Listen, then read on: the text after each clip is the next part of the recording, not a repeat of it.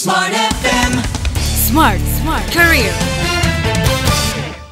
Smart listeners, sekarang Audrey tuh suka seneng gitu ya ngelihat story-story teman-teman gitu ya, bahwa banyak yang pagi-pagi nih ya jam 7 udah tenis, udah pilates, terus lanjut kerja. Bahkan ada yang pulang kerja bareng-bareng sama teman-teman paddle, terus juga ada yang gym gitu ya, ada yang pond fit. Seru banget gitu ya, semuanya kayaknya terlihat balance gitu. Ada olahraganya, terus juga ada kerjanya juga, dan pastinya ada mainnya juga nih sama teman-teman. Lantas gimana sih untuk kita bisa menciptakan keseimbangan hidup dalam aktivitas yang padat sehari-hari? Hari ini kita akan membahas hal tersebut bersama dengan private coaching practice Dimitri Ratulangi Ikhwan. Hai Dimitri, balik lagi nih di podcast Smart Career. Kita ngomongin tentang keseimbangan hidup atau work-life balance yang wah ini lagi digaungkan di mana-mana ya. Tapi setuju nggak seperti statement aku gitu? Seneng nggak sih ngelihat story-story orang sekarang beragam ya, kerja olahraga, kerja olahraga. Seru ya kayaknya ya. Seru banget, secara umum ada peningkatan kegiatan fisik masyarakat. Yes, beralih gitu ya. Dulu mungkin nongkrongnya malam-malam gitu ya. Sekarang nongkrongnya pagi-pagi udah olahraga, keren. Tapi kalau dari konteks profesional sendiri, sebenarnya makna work-life balance yang benar itu seperti apa? Mungkin dari point of view-nya Dimitri seperti apa? Jadi sebenarnya banyak yang mengatakan work-life balance itu sebenarnya sebuah ilusi ya, di mana sebuah korporat itu mencoba menanamkan keseimbangan itu kepada pekerjanya untuk agar memotivasi pekerjanya untuk terus bekerja bagi mereka gitu. Oke. Nah, tapi secara umum work-life balance itu kalau ditelaah secara lebih mendalam itu melihat bagaimana kita sebenarnya bisa mengatur hidup kita yang disesuaikan dengan jam kerja kita sebenarnya. Jadi tidak spesifik ke pekerjaan itu sendiri, tapi bagaimana kita bisa mendapatkan kesenangan dari pekerjaan yang kita lakukan. Tetapi di luar situ kita juga bisa menghidupi sebuah kehidupan yang tidak sama sekali tidak ada hubungannya dengan pekerjaannya gitu. Jadi ada segregasi antara pekerjaan dan non pekerjaan. Nah, pada dasarnya work-life balance itu konsep keseimbangan itu adalah bagaimana kita bisa menerima beban yang diberikan oleh pekerjaan dan kita bisa kemudian relaksasi setelah menopang beban itu. Pada dasarnya konsepnya seperti itu. Oke, jadi relaksasinya terserah mau pilih apa sebenarnya ya, nggak harus olahraga juga gitu. Tapi untuk mencapai keseimbangan ini, karena mungkin tadi ya seperti Dimitri katakan, ada beban yang kita tanggung dulu nih gitu ya, baru kita bisa berelaksasi. Cuman untuk mencapai relaksasi itu kadang udah kepikiran bebannya, udah kepikiran capeknya gitu. Memang ini menjadi dilema juga ya untuk mencapai hal itu, iya atau enggak? Betul banget. Jadi memang kadang pekerjaan kita terbawa sampai rumah dan kita dituntut juga untuk bekerja di luar jam bekerja kita, apalagi ada perbedaan dinamika kekuasaan ya antara bos-bos kita dan pekerja-pekerja baru misalnya. Nah, memang yang harus dilakukan itu kembali melakukan introspeksi terkait toleransi beban kerja yang seperti apa yang bisa kita handle sampai kita tidak bisa handle itu lagi. Jadi kalau misalnya memang secara umum kita tidak bisa kerja di luar jam kerja karena kita memiliki tanggung jawab yang lain, itu mungkin sudah mulai berpikir lagi secara kritis bagaimana caranya kita bisa menghilangkan beban kerja itu, antara satu misalnya cari kerja lain, atau yang kedua mencari alternatif yang mungkin merevisi kerjasama antara pekerja dan perusahaannya gitu. Jadi ada hal-hal yang bisa kita lakukan agar dapat mendapatkan keseimbangan dan keadilan di luar jam kerja itu sendiri. Oke. Nah, dan hal ini juga berkaitan nih, karena kalau kita ngomongin tekanan, bisa jadi tekanan ini membuat kita sakit gitu ya, mengabaikan kondisi fisik yang sebenarnya ini yang membantu kita lah untuk beraktivitas sehari-hari. Nah, sepenting apa sebenarnya teman-teman harus memikirkan kondisi fisik juga ya, khususnya ya bergerak, olahraga gitu, untuk mendukung aktivitas mereka dalam pekerjaan masing-masing. Iya, jadi biasanya kalau kita melihat kesehatan itu kan kesehatan jasmani dan rohani ya. Betul. Jadi kita melihatnya sebagai dualitas dari kemanusiaan gitu. Nah, tapi sebenarnya kemanusiaan itu tidak bisa dilihat dua itu saja, karena sangat banyak aspek yang bisa kita perhatikan. Jadi kalau kita membicarakan mengenai kesehatan dan kesejahteraan, kita pertama bisa melihat dari fisiknya, ya, dari mentalnya, dari psikologinya. Tapi juga kita bisa melihat dari status keuangannya, dari pekerjaannya. Itu yang bisa kita melihat atau menilai tingkat kepuasan dan kesehatannya gitu.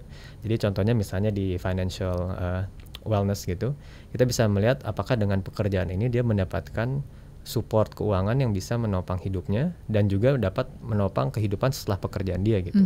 Misalnya dia harus mengirim uang ke orang tuanya, dia harus membayar pajak, dia harus mengeluarkan hal-hal yang lain untuk bersedekah dan lain-lain. Nah itu kita harus bertanya apakah financial well-being seseorang itu mempengaruhi mental well-being dia juga gitu. Karena kalau kita lihat misalnya kita hanya fokus ke fisik kita saja tapi kita tidak memperhatikan bagian aspek mentalnya, itu nanti hasilnya tidak optimal, malah bisa menurunkan kualitas hidup secara umum karena kita ingin fisik kita itu menopang mental kita dan mental kita menopang fisik kita juga gitu. Tapi ini juga kalau bagian dari fisik misalnya kita harus makan yang benar, istirahat yang benar, tidur 7-9 jam per hari yang kayak gitu-gitu. Itu semuanya harus diperhatikan, jadi tidak ada faktor-faktor yang berdiri secara independen gitu. Semuanya harus dilihat secara holistik. Harus secara holistik karena sekarang banyak ya yang kayaknya condongnya olahraganya aja tapi mungkin yang lain-lainnya nggak diperhatikan. Betul, gitu ya. Ini mungkin lagi apa ya? Lagi temanya lagi olahraga banget lagi gitu olahraga, ya. Kalau misalnya ya, karena Dimitri apa ya? Main softball dan juga baseball waktu itu juga sempat viral ya, orang-orang pulang kantor terus akhirnya main di GBK, gitu ya. Dan itu sangat seru banget kayaknya gitu ya, dan banyak sekarang nggak hanya baseball dan softball tapi banyak olahraga. Nah ini kan juga harus menjadi warning juga nih, takutnya overload juga nih olahraganya. Sebenarnya gimana sih untuk kita menjaga batasan juga nih? Kita tahu lah alarm ataupun kondisi fisik kita mampu nggak sih kita libas nih berbagai macam olahraga. Nah biasanya kan kalau kita nonton kita mencari indikator-indikator itu kan biasanya langsung dikasih ya kayak olahraga harus segini banyak dan lain-lain. Nah itu kan guideline aja ya. Betul. Tapi kalau untuk mengukur kapasitas diri sendiri, sebenarnya kita bisa ngeliat dari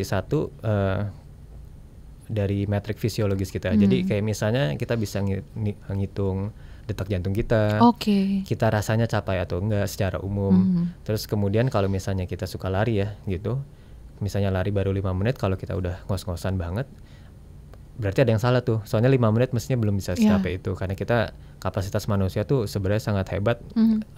Recovery kita selama organ-organ tubuh kita bekerja itu sebenarnya sangat baik untuk dapat membantu kita hidup. Tapi kalau misalnya kita baru mulai lari, kita jalan aja dari parkiran ke tempat lari kita udah ngos-ngosan, itu mungkin udah indikator dimana kita harus mungkin lari itu jangan intensitasnya sebesar itu. Soalnya kita jalan aja udah secapek itu ya kita jalan aja terus gitu. Jadi kita selalu sesuaikan olahraga atau kegiatan fisik yang kita lakukan dengan kapasitas kita sekarang. Tapi di saat yang bersamaan sebenarnya sampai ke point overload itu sangat jarang. Soalnya sekarang tendensinya adalah kebanyakan orang, terutama di Indonesia, terutama remaja Indonesia itu underload semuanya. Jadi malah terlalu dikit kegiatan fisiknya secara umum per minggunya. Gitu. Jadi dihitungnya itu kira-kira 180 menit per minggu. Itu hampir 80-75% itu di bawah itu geraknya.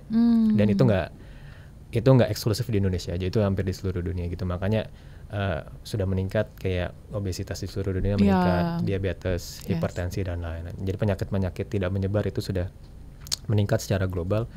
Dan yang tadi terkait dengan kayak peningkatan update-update itu di media sosial, itu sebenarnya senang banget ngelihatnya karena melihat orang-orang yang kayaknya tadinya hidupnya tidak seaktif itu, sekarang udah lebih aktif sekarang.